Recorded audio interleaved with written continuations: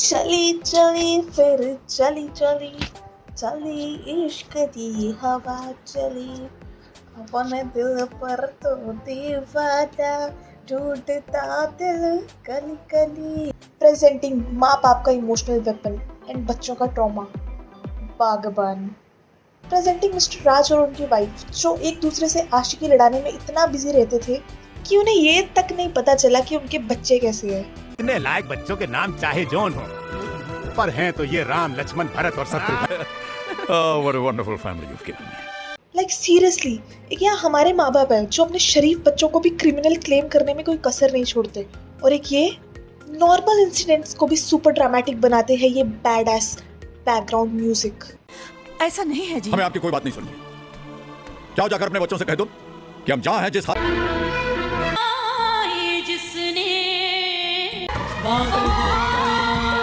जिसने नॉर्मल सी चीजों का भी हवा बना रखा है, तो क्या हुआ अगर वो रोज ऑफिस जाती है और उसे घर का काम और बच्चे को भी देखना होता है।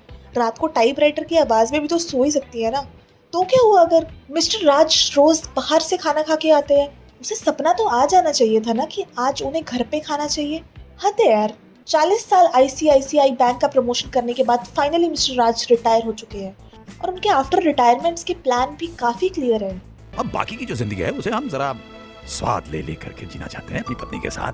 बट तभी उनकी वाइफ उन्हें सजेस्ट करती है कि ये फ्री टाइम में और बच्चा प्लान करने की बजाय जो पैदा करे हैं उनको ही अच्छे से जान लेते हैं। And mister Raj is quite liking the idea. But उन्हें क्या पता था कि उनके बच्चे उनकी बुढ़ापे में लगी आग ही बुझा देंगे। हमने ये तय किया है कि पापा मेरे साथ रहेंगे, मम्मी किरण के साथ रहेंगी। इसी तरह उन दोनों को 6 मंथ्स के लॉन्ग डिस्टेंस रिलेशनशिप में डाला जाता है, जो मिसेस पूजा खिड़की से झांकते हुए और ताने सुनते हुए बिताती है, तो वहीं मिस्टर राज कैफे में यंगस्टर्स के बीच उछल उछल के नाचते हुए।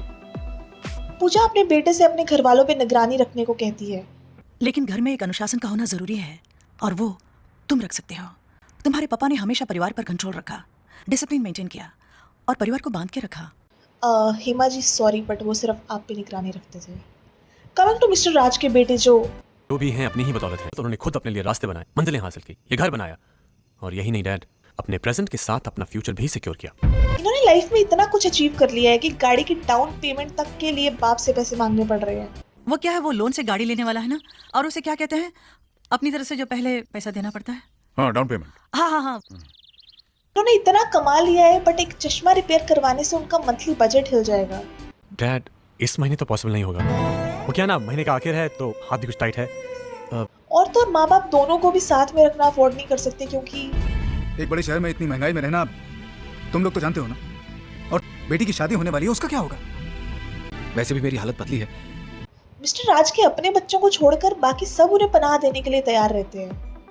आप मेरी म्यूजिक कैफे में आना और मेरे बाइडी की कॉफी पीना। निकलता हूँ, फर्स्ट। जाओ अंदर जाके अपना घर में देख लो, तुहार घर तुहार यादें सब सहेज के रखे हैं हम। एक तरफ ये बच्चे हैं तो दूसरी तरफ है मिस्टर राज का गोद लिया बेटा आलोक, जो हद से ज्यादा संस्कारी है।